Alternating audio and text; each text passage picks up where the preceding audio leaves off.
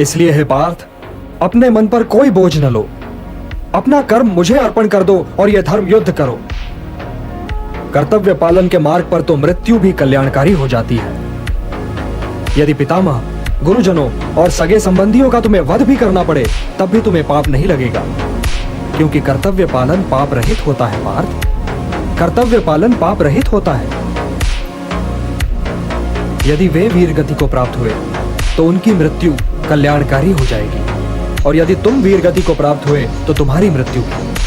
इसलिए हे पार्थ, युद्ध करो, क्योंकि धर्म का मार्ग पाप का मार्ग नहीं हो सकता। हे पार्थ, ध्यायतो विषयान् पुंसः संगस्तेषु उपजायते, संगात् संजायते कामः, कामात् क्रोधो विजायते।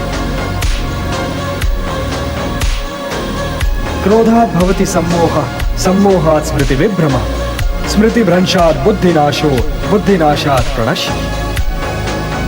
हे पार्थ, सामान्य पुरुष विषय का ध्यान करता है और विषय का ध्यान उसे आसक्त बना देता है। इस आसक्ति या लगाव से काम का जन्म होता है। जब काम की पूर्ति नहीं होती तो क्रोध उत्पन्न होता है। जब क्रोध उत्पन्न होता है तो विषय के प्रति मोह और बढ़ जाता है, और जब मोह और बढ़ जाता है पार्थ, तो सोचने की शक्ति भटक जाती है। जब सोचने की शक्ति भटक जाती है तो बुद्धि का नाश होता है, और जब बुद्धि का नाश होता है तो मनुष्य का सर्वनाश हो जाता है। और हे कुंती पुत्र, तुम्हारा ये मोह तुम्हें बुद्धि के विनाश की ओर ले जा रहा है।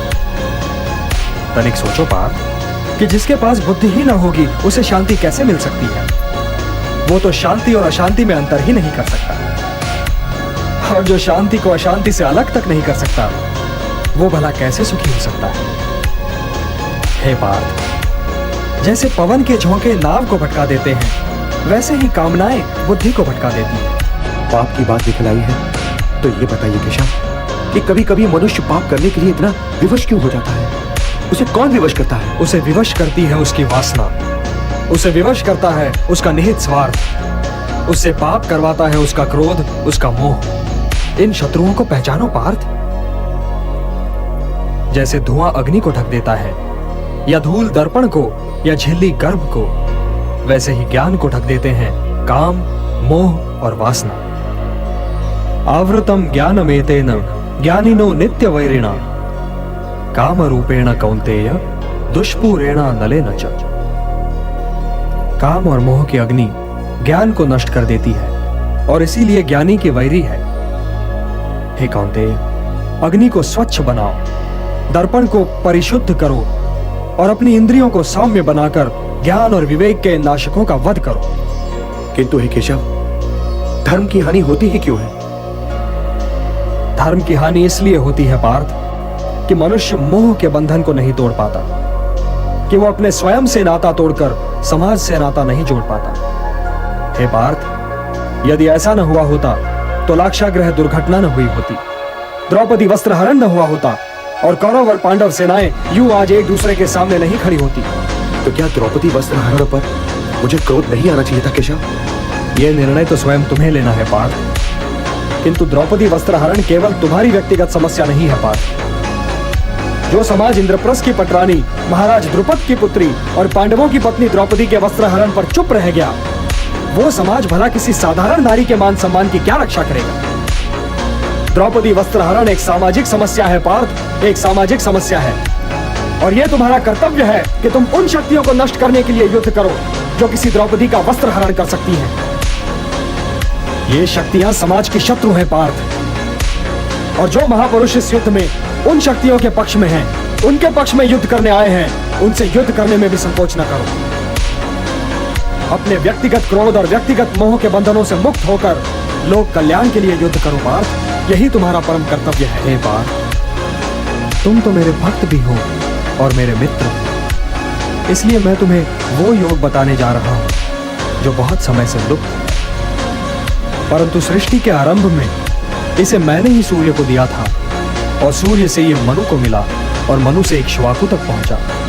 सूर्य को दिया था? आपने ये योग सूर्य को दिया था?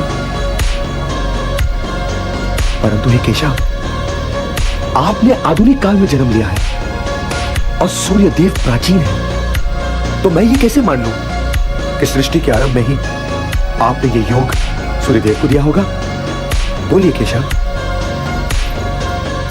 बहूनि मे व्यतीतानि जन्मानि तव चार्जुन, तान्यहं वेद सर्वाणि न त्वं वेत्थ परन्तप। हाँ पार्थ, मेरे और तुम्हारे बहुत से जन्म हो चुके हैं। मुझे वो सारे जन्म याद हैं, परंतु तुम्हें याद नहीं है।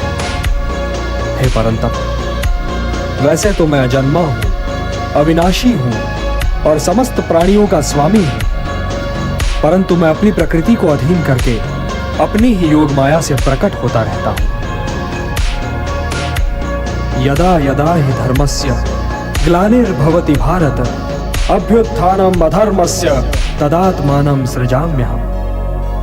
परित्राणाय साधूनां विनाशाय च दुष्कृतां, धर्म संस्थापनार्थाय संभवामि युगे युगे।